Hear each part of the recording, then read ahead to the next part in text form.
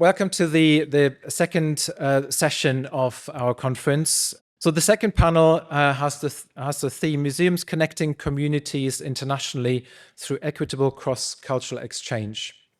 And the moderator for this panel is my ICOM UK co-chair, Maria Blazinski, on my right here, on your left? No, on my right and on your right as well. It's weird how that works. As an independent museum consultant, Maria champions the protection of cultural heritage under threat and is our trustee on the board of ICOM UK with responsibility for liaison with Blue Shield UK. Over to Maria. Thank you.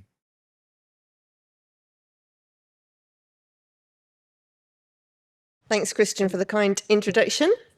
So it's my honour to introduce the second panel discussion of the day. As before, the session will consist of 3 10-minute presentations followed by Q&A open to the floor. This session focuses on how museums connect international communities through equitable cross-cultural exchange. Increasingly, museums work across borders shaped by unequal power, colonial histories, and very different social and cultural contexts. In this landscape, international exchange can influence how relationships are built, who controls the narratives, and who benefits from the collaborations. The 3 speakers in this session offer different perspectives on what museum diplomacy can look like in practice. Each explores museums as spaces where diplomacy is based on community collaboration, shared authorship, and sustained partnership. Our first speaker, Shabnam Baluch, is the Preventative Conservation Officer at Leighton House Museum in London. Shabnam examines how lived cultural traditions hosted within a museum setting can create a sense of belonging and a space for important cultural dialogue. Our second speaker, Gabriel Matteson, is curator of the Department of Archaeology and Anthropology at the University of Ibadan in Nigeria. Gabriel works at the intersection of museums, digital technology, and community engagement. And our third speaker is Matty Reynolds, Chair and Associate Professor of Museum Studies at the Institute of American Indian Arts in Santa Fe. Matty will share a case study on cross-cultural collaboration between Indigenous artists based in the USA and in Australia. So over to Shabnam.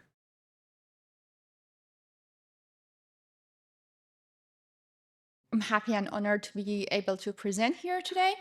I'm Shabnam, Preventative Conservation Officer, and just to clarify why I'm doing this, I'm also a freelance curator focusing on Persian heritage, and that's the reason I lead our Persian programs at Leighton House. I'm going to talk about Nowruz, Persian New Year at Leighton House. Nowruz is not just a display, but a living cultural practice. In this presentation, I reflect on 2 years of Nowruz at Leighton House and how it evolved from celebration into a more reflective and community-responsive practice. Here in the slide, you can see the geography of Nowruz, which you can see it's not just celebrated in Iran. Basically, we usually say in Persian board, and also because of the years of immigration, it's now been celebrated in different places in the world. Nowruz marks the spring phoenix and has been celebrated for over 3,000 years, rooted in renewal and connection in nature. The key question was not how to display Nowruz, but how to allow it to exist within the museum. This is particularly meaningful at Leighton House. The house reflects a deep engagement with Middle Eastern art and architecture, especially through the Arab Hall and its collection, including the Persian tiles. Bringing Nowruz into this space creates a dialogue between historic material culture and living tradition, shifting the museum from showing culture to hosting it. First year, celebration and invitation.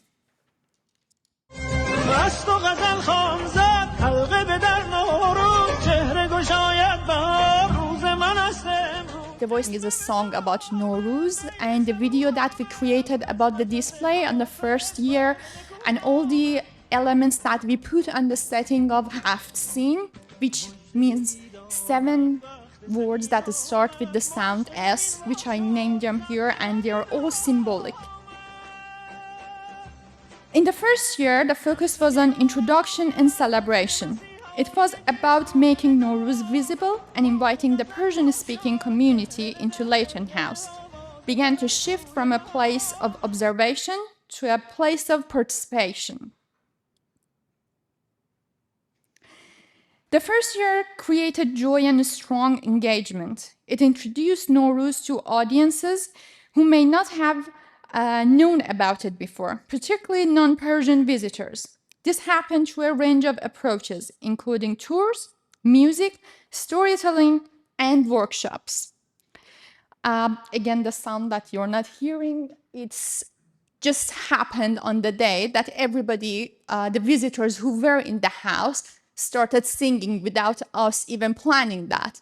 So it was a really impressive moment without us planning. We were achieving what we hoped actually to achieve on the first year. Second year, reflection and response. Imagine that even before the first year, we knew that we were going to continue because we were asking a community, we were calling upon them to come to the house. So it was something that we planned to continue. But because of the recent events happening in Iran, we had to change everything that we planned over the year for it.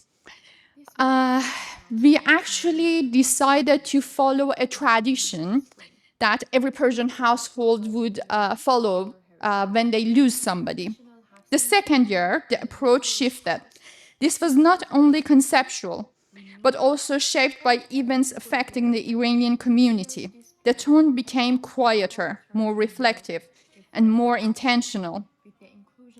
In Persian traditions, when a household loses someone, the first Nowruz is still observed. The Haftzin setting is laid, but it is not celebrated in the usual way. People gather in the home in solidarity, in the home that they lost a person, because someone who was present the year before is no longer there. This year, Leighton House became that house.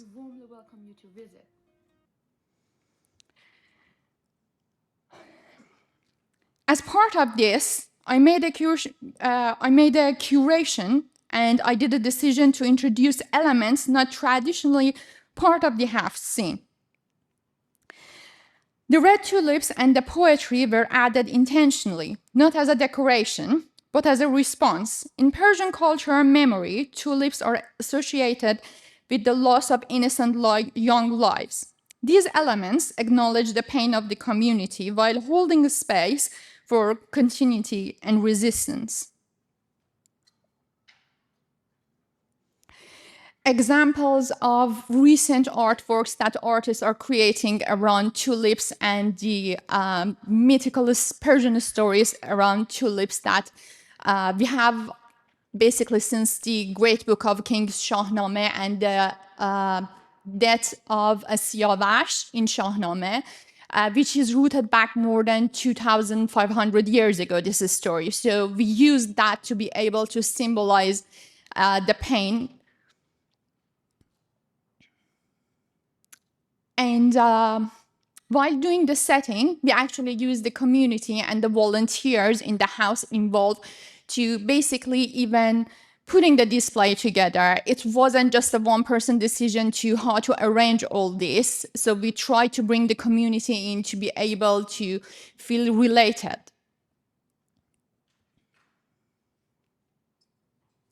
The program extended while becoming more intentional in tone. The Nowruz display in the dining room became a central space for reflection, alongside live music, family workshops, and pop-up performance of the Conference of the Birds.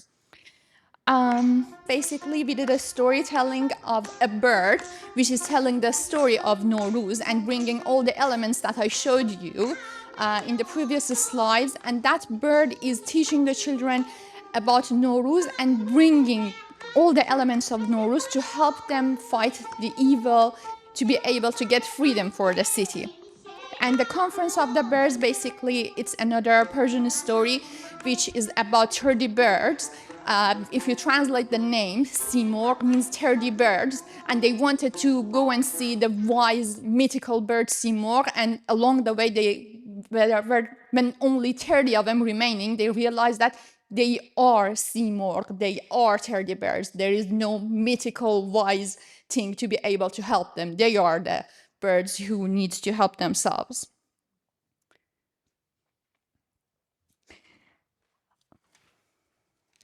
When we look at the 2 years together, we can see a clear evolve that happened. In the first year, the focus was on celebration, introducing Nowruz and creating a space for gathering. In the second year, the approach became more responsive. This was not about doing less. It was about doing something more intentional, moving from visibility to meaning, and from display to lived experience.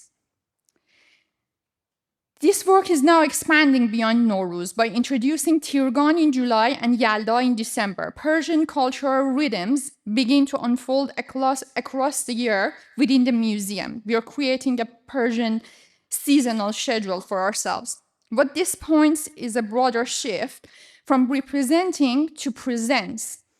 This is not just about displaying culture, but about following to exist, evolve, and be experienced over time. Nowruz at Leighton House is not an exhibition. It is a practice, and sometimes the role of a museum is not to explain culture, but to hold a space for it. Thank you so much.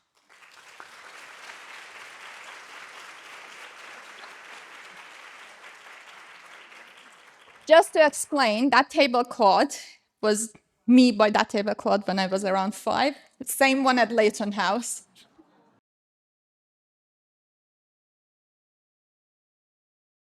Gabriel. I'm here to speak about the topic up there, digital heritage, with emphasis to our projects in Nigeria. So that's my topic. Museum today operates beyond collection. In that picture, we have taken it up in the university to reach out to secondary schools because the population visiting museum has drastically reduced.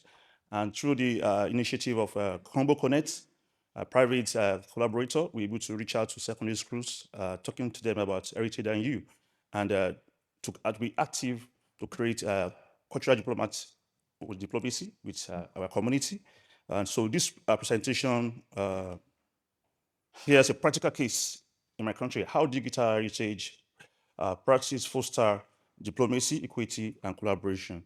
So it's very important to establish this cross-cultural cooperation so that we can build equitable future and through shared knowledge or shared authority. So museum as a space of dialogue and healing should be embraced, and that is what our project is about. So we use this framework where digital heritage, museum diplomacy, and post-colonial museology. So the intersection of the three is community-based digital partnership, and that is what is pushing this project to relate to other people in bringing them together and to achieve greater heights, especially for projects. This is our project at the museum. We are the first university museum in Nigeria. So we have a collection that move around local, national, so we can achieve global significance. So this operates within a complex post-colonial landscape, balancing academic. Of course, the museum is strictly for teaching and research, but we want to go beyond that to encourage community engagement and international collaborations. So because of the project, we identify these big challenges, colonial legacy in documents and interpretation, limited visibility of African collection, and community voice is seriously marginalized. So then there's a big divide between us and the global platform. So these are the challenges we identify. So we come out with an embrace, a 3-year project from moving from ledger to digital. So the digitalization is not a tool of dialogue, or it's a tool of dialogue, pardon me, but not an extraction. So we want to co-create and have metadata and narrative from the community. We have a lot of material in our stores. The community were not aware that we have them. So we have to reach out to them. We are having your material with us. Can you come with us? Can partner together to collaborate so that your own voice could be heard globally? So the digital platform is meant to be a meeting point between the locals and the global stakeholders. So we use this method in our redocumentation.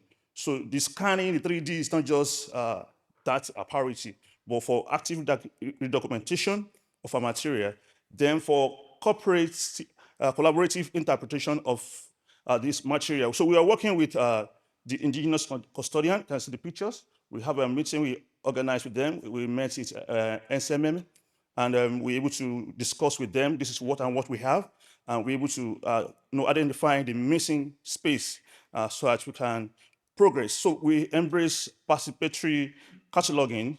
The community contributes actively.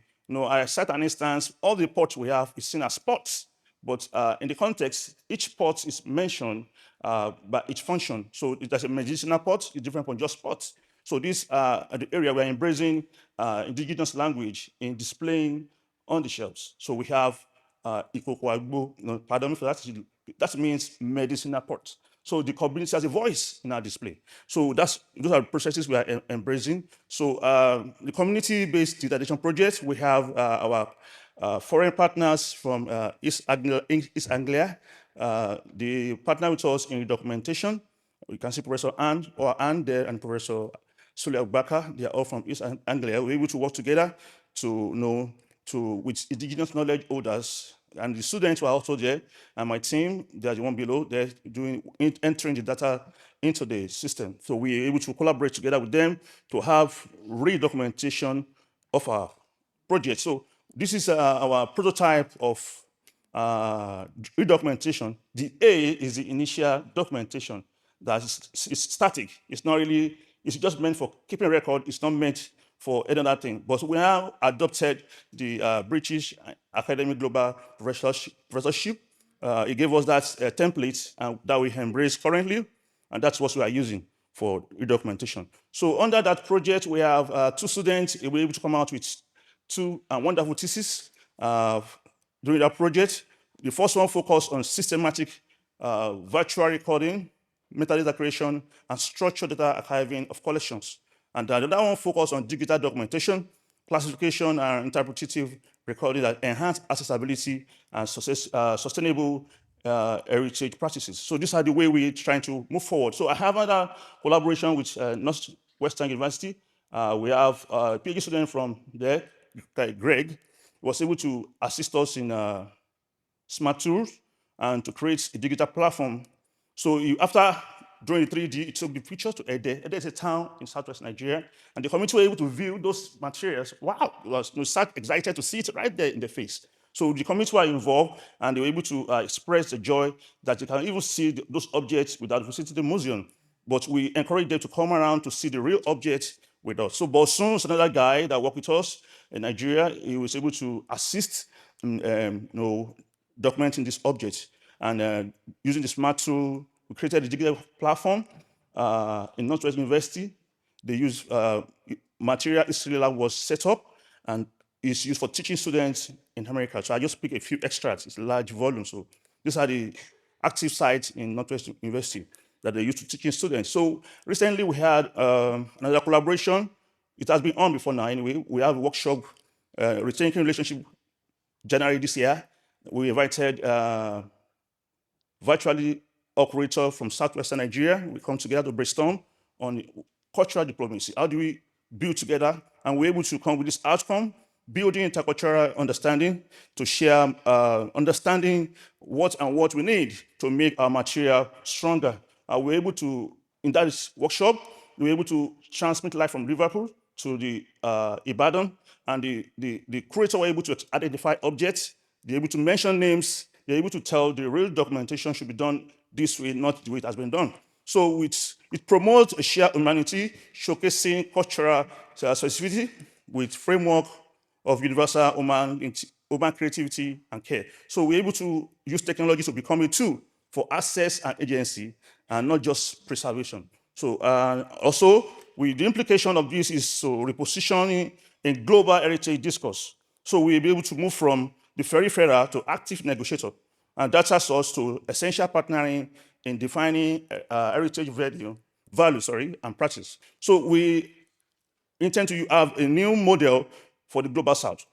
So proactive, we want you for digital tools, for diplomatic engagement, setting terms of collaboration based on respect, co-creation, and transparency. So we came out with this conclusion, probably a pathway forward: community partnership, ethical innovation, source commitment, and inclusive heritage. So working with community help heal past division. So we have a lot of people in Africa, including Nigeria, that are still carrying the wound of material not being with them again, stolen and taken away. But with this partnership, inclusiveness, we're able to create an avenue to heal wounds of the past and to create a sustainable relationship with the host community. So acknowledging our partners for making this project working. We are the second year of the project, and I want to say thank you for listening. Thank you.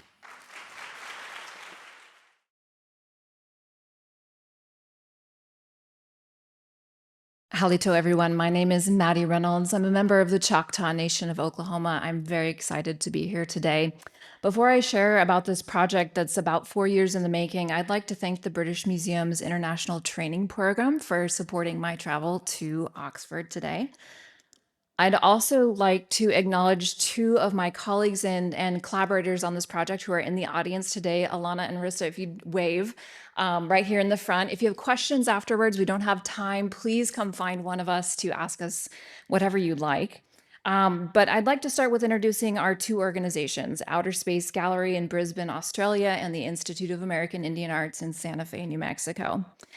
Outer Space was founded in 2016 by two art students and is a nonprofit contemporary arts organization. They collaborate mostly with emerging and early career artists and arts workers with a commitment to fostering strong relationships with Indigenous Australian artists. The Institute of American Indian Arts, IAI, the university that me and Alana and Arista represent, was founded in 1962 in Santa Fe, New Mexico. And it's a tribal arts college that's widely considered the birthplace of the genre of contemporary Native arts. Our school is multi-tribal, which is unusual for tribal colleges in the US, and we serve currently over 90 federally recognized tribes. A majority of our students at IAI are Native American, but it's not a requirement for enrollment, which means that our student body, along with our staff and our faculty, represent an incredible diversity of communities and experiences. So this collaborative project actually consists of 3 different steps. Our first step was the Australian cohort coming to our campus, which actually just wrapped up less than a week ago, so we are fresh out of that experience. The second part is our US cohort will travel to Australia to be in residency at Outer Space, the gallery, and then finally a collaborative exhibit, which will bring Australian artworks to our campus and our IAI student artwork to Australia. It's important to note here that IAI as an institution is very committed to expanding its global partnerships.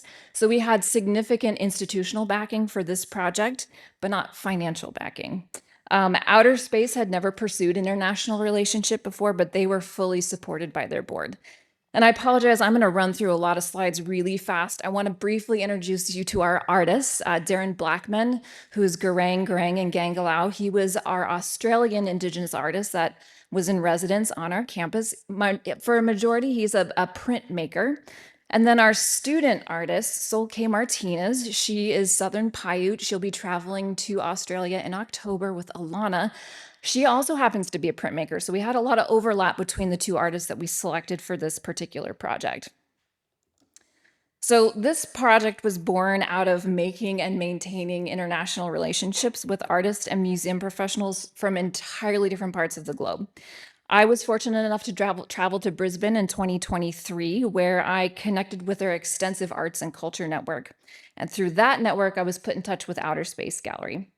Searching for the funding to support this three-part collaborative exchange was probably the most difficult part of this project.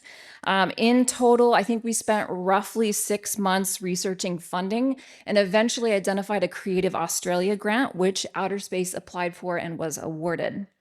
We then developed an MOU between the school and Outer Space to outline the details and the goals of our exchange. When we conclude this project in 2027, it will have been 4 years since the initial discussions started taking place. Now, after getting the chance to collaborate with our Australian colleagues in person, we've made an attempt now to expand the funding for the second part of our exchange to include more faculty and students to be able to travel to Australia. Another important part of this project was sharing our process and sharing our learning, such as presenting at ICOM today. I've got a couple of photos to share with you from our exchange that just wrapped up less than a week ago on our campus, and how Darren and Holly, who's the director of the Outer Space Gallery, engaged with our students in our community. So Darren worked side by side with our studio art students in printmaking, papermaking, and bookbinding classes. He shared his own practice, cultural knowledge, and approach to art making as an Indigenous artist through the lens of very intentional exchange. During his residency, Darren further explored the use of text in his printmaking, using paper that he created with our students, using locally foraged materials to bring attention to the historical treatment of his community by non-Indigenous settlers and the Australian government, something that resonated very deeply with our students. Darren and Holly were also introduced to the incredibly rich arts and culture community in Santa Fe. We toured so many museums to share local Pueblo culture and history alongside our expansive contemporary arts scene. It was really important to me that Holly, in her capacity as an arts worker and the gallery director for Outer Space, that she had the opportunity to share her experience alongside Darren. So we embedded her in several of our museum studies classes. She talked to a wide range of students about working with Indigenous artists, her career path, and the skills and flexibility required to operate a small nonprofits organization. I'm gonna skip over some things just in the interest of time. While this particular project and partnership focuses on Indigenous artists, I wanted to share with you the approach that grounded our work, as it not only benefits the development of any partnership, not just with Indigenous communities, but any community really. This framework comes from Kirkness and Barnhart and was specifically developed to address why post-secondary educational institutions lack representation for Indigenous peoples, specifically in the US. However, because this framework recognizes holistic and interconnected nature of Indigenous knowledge systems and learners, it inherently supports the work being done for and with Indigenous communities. I'd like to emphasize, though, while this framework is rooted in Indigenous ways of knowing, it represents an incredibly practical way to develop diplomatic relationships with communities and institutions globally. We engage with this framework every day at IAI, but for our project, it came about in several ways.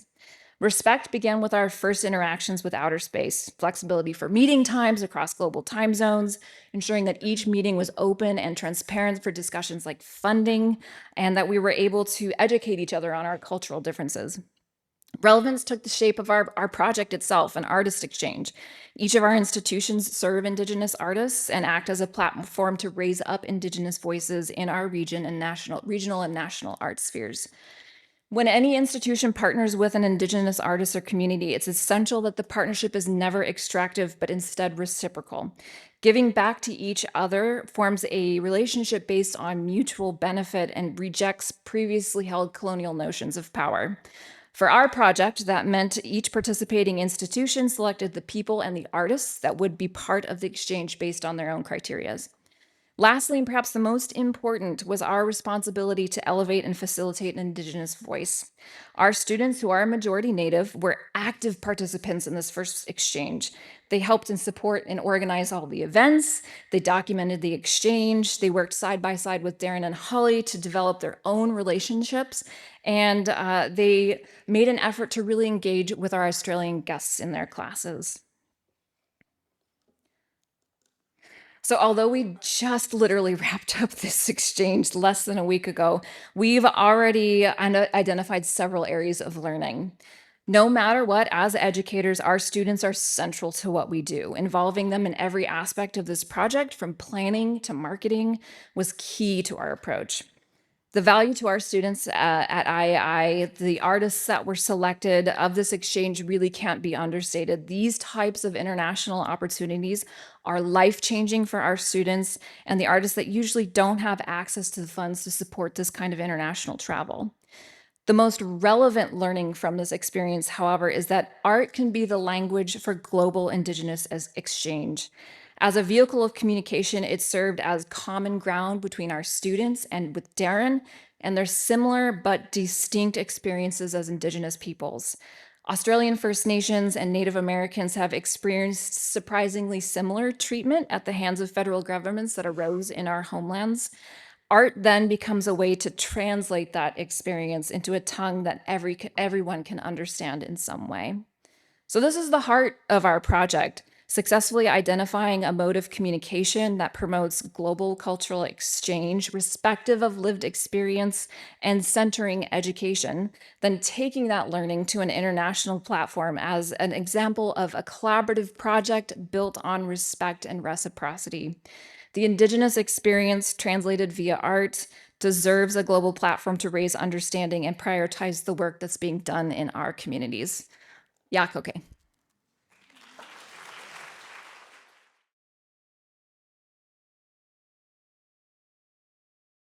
Thank you so much to all three of our speakers. We have about 15 minutes for questions. So while the floor and while online as well are starting to prepare their questions, maybe I could kick off with something for each of you, really. I wondered if you could each give one practical diplomatic strategy that museums could use to ensure that cross-cultural collaborations amplify the voices of those who have been historically marginalised on global museum narratives. Who would like to start? And please do use your microphones. All right, thank you. In course of our project, we collaborating with East Anglia, Northwest University.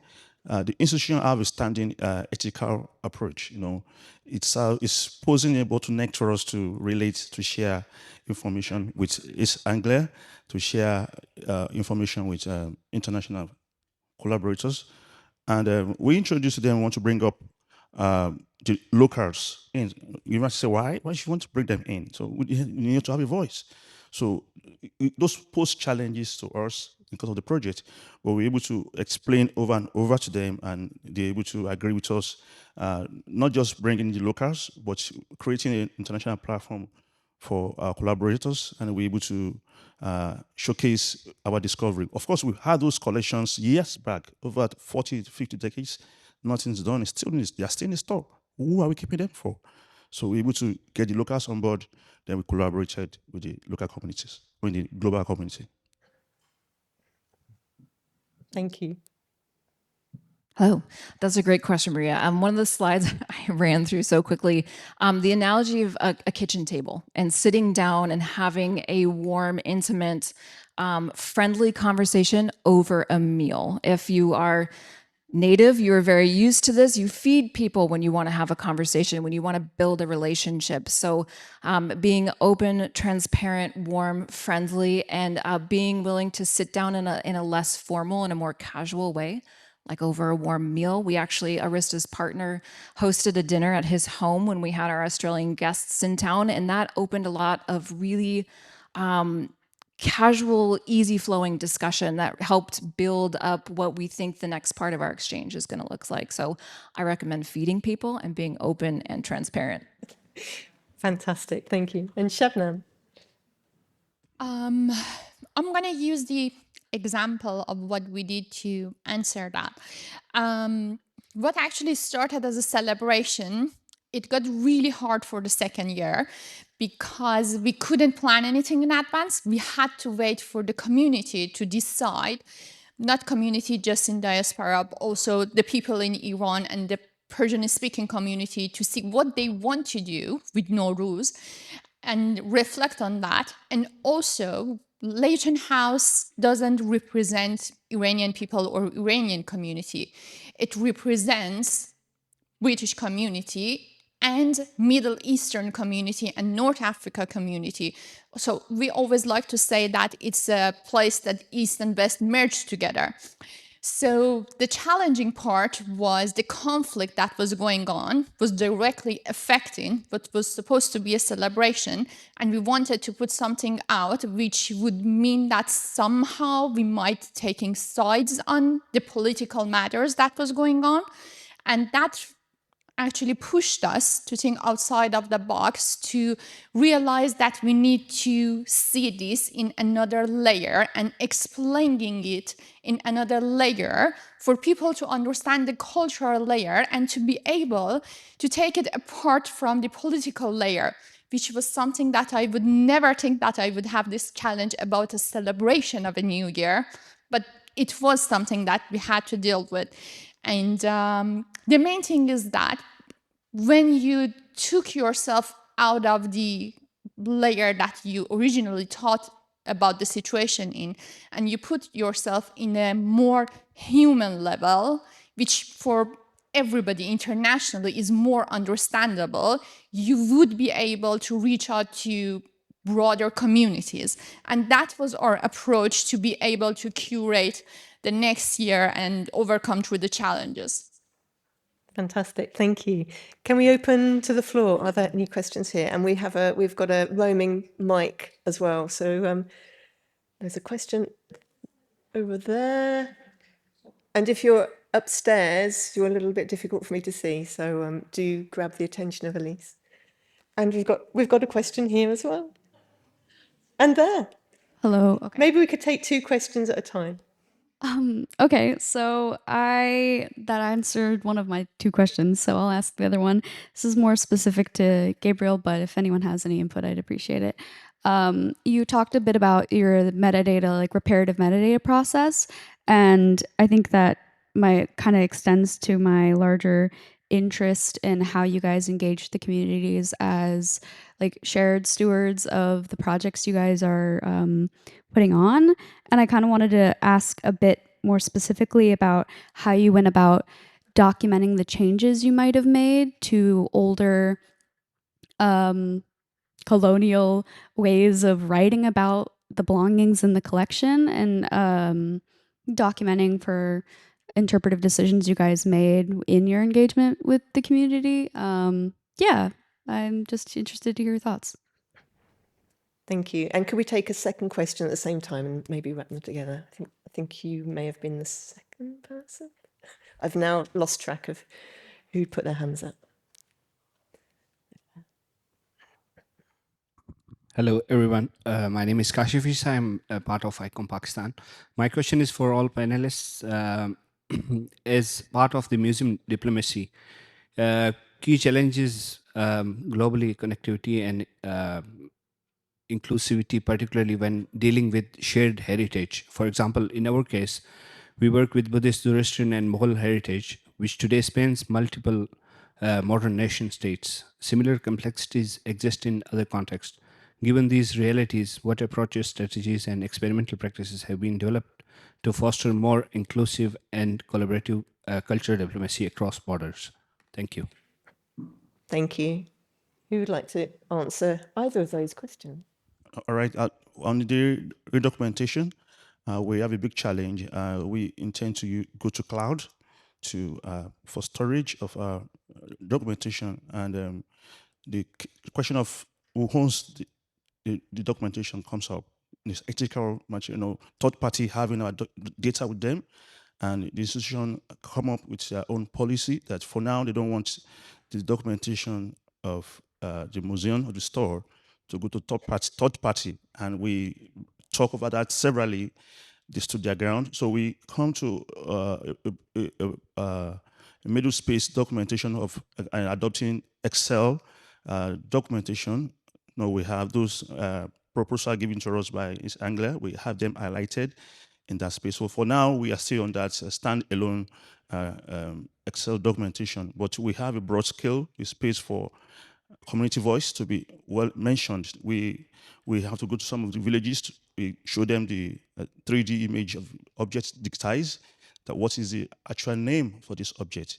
So some of them you have to come out tell us this object A is called this object Y is called this. So we compare all those collections with our own stored previous information, and the one that is what's changing was changed.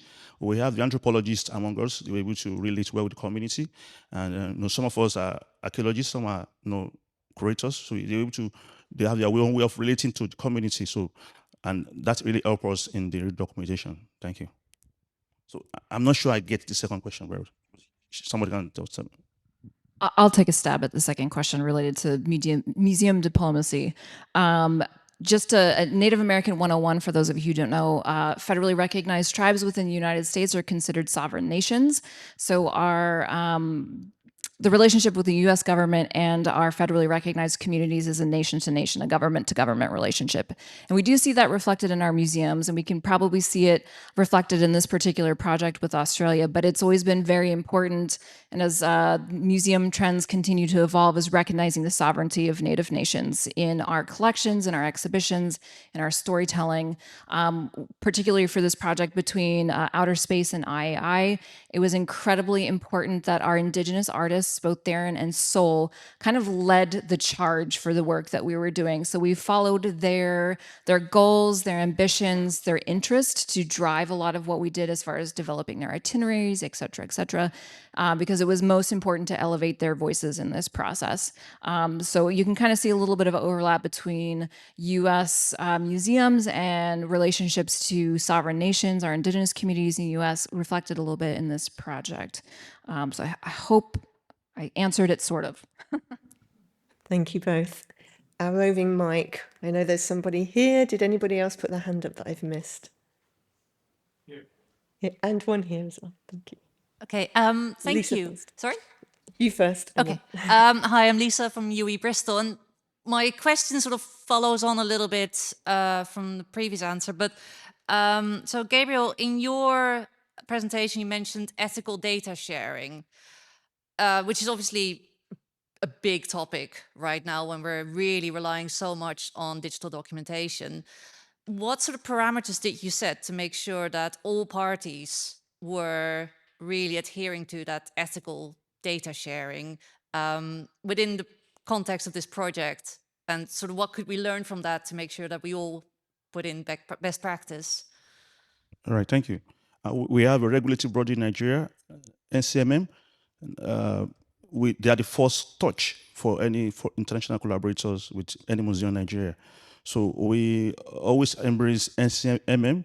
When the East Anglia came and when the Northwest University came, we were able to make contact and seek for approval. Apart from the university approval, we have to go to that body, but that's the official body in Nigeria that regulates any contact, local and international. So we're able to secure an approval from them. Despite that, we're able to, I mentioned earlier to a friend, the code of conduct of ICOM. We also went to go through it to see if we are doing it on a global standard. So we're able to follow that procedure, and we have a limited time frame to achieve that with them. So I think that's relatively okay. We cannot achieve it all in the shoot, but we are at least we are above 60% to follow that ethical standard. Thank you. Thank you. And we have another question here, please. Is there anybody upstairs that I can't see? I don't think so. I have also a question for Gabriel, and I like the idea of post-colonial healing very much, because in Germany the debate is very much focused on past conflicts, on guilt and reparation and such things, and I have the impression that this approach is blocking a proper cooperation and a common understanding. And as you know, we have a lot of conflicts in the world, so I can imagine that the notion of healing is crucial for a lot of those ongoing conflicts. So maybe you can add a few words to you on your understanding of healing and give us also an example for a successful healing process. All right, thank you. Yeah, Thank you. Currently. Before you start, may I ask you to introduce yourself? We didn't catch your name. Sven Sappel from Germany. Thank you. All right. Currently, there's this case of being repatriated home. You know, this is ongoing. It's very popular in Nigeria now. With MOA, it's a big issue now So there are agitation from the locals that they want to have back their ancestors. These are the carcass, the bones, the materials. Most people come to UI, University of Ibadan, to seek for advice, even the foreign partners. We are currently working on a score that to be repatriated from Denmark. But we cannot trace the story from where it came from. It came from the University of Ibadan, 1962. It was taken to Denmark. So we have so many stories on our hands now, but the academia or the academic environment university want to ascertain the provenance before taking them back. And besides, the community somewhere in town knows that they want to buy to university, and they also wanted it. So the university is trying so hard to heal wounds by balancing the academic approach, the research, to know the real story of what to be returned and who has it. So there's another story of it that we're yet to know, that the community claiming is not supposed to stay with the king, we're supposed to have it. It's my grandfather, not to the king. So the story keep muddling up. So we decided to go to post-repatriation now. Let's assume item B as is being repatriated. We hope it's not create problem for the community A or community Z. So because development and town margin has taken over the space of where object Z came from. So we need to critically know when these materials are repatriated, the healing will surely come up. So by our standard now, we have set the anthropologists to the town, to the city, to find the real story. Where does this original or this object, why originated from? So, and that is the project we are embarking on. Thanks to the likes of National Museum Liverpool, we are related together. They're able to transmit live from Liverpool those objects to curators. So these objects came from Oyo. Are you sure it's from Oyo? This object came from Iseyin. Are you sure it's from Iseyin? Please, what is the real name? So these are the way they were approaching us to heal the wounds. So before those material comes, we have sent anthropologists to them to let them know the story and how they should accept those healing, not to go violent about it if it doesn't come to them eventually. So those are, at best, I can explain for now. Thank you. Thank you. I think we can squeeze in one more question. Is there anything online? Not at the moment. Online people, please wake up. Here we have. Our roving mic is coming. Thank you very much. My question is for Shabnam. I really admire the celebration, and just to say that we actually had a similar celebration in Aberdeen this year for the first time. So just a word of encouragement, it's happening. I wonder if you considered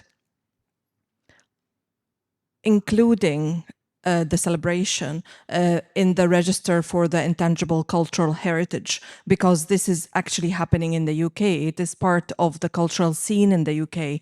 Have you thought about that? Thank you very much. To be honest, I didn't know about that. It's good to know about that. But what I have been trying to do is, for some reason, which I'm a bit unsure about, is the diaspora in the UK, Iranian diaspora, they are acting really different from the other Iranians in other countries. There is so much uncertainty and also not trusting each other. So I only spoke about the part that I've been doing at Leighton House. I'm doing also another outreach program at Kew Gardens Archive with an exhibition working on the Persian materials that they have in their archives. Basically, what I'm trying to do is understanding the community, then being able to do something to get them back together, then actually do something to get them together with the community living in the UK. Because I've been in touch with my other friends in mainly Canada, they're doing really great. The Iranian community there, they're really doing great. In the States, they're fine. In Europe, they have a great community. There are so misunderstandings going on even among the community, Persian speaking, not just Iranians, that I think probably before putting it out, as something that we all want the whole world to be able to know about it, we should kind of resolve this within the community, then to being able to continue outside of it. That's my understanding and how I collaborate with my colleagues in different countries and also in the UK. So these are the first steps that we are taking, basically. Thank you so much. I think with that, we'll wrap up, but thanks, guys.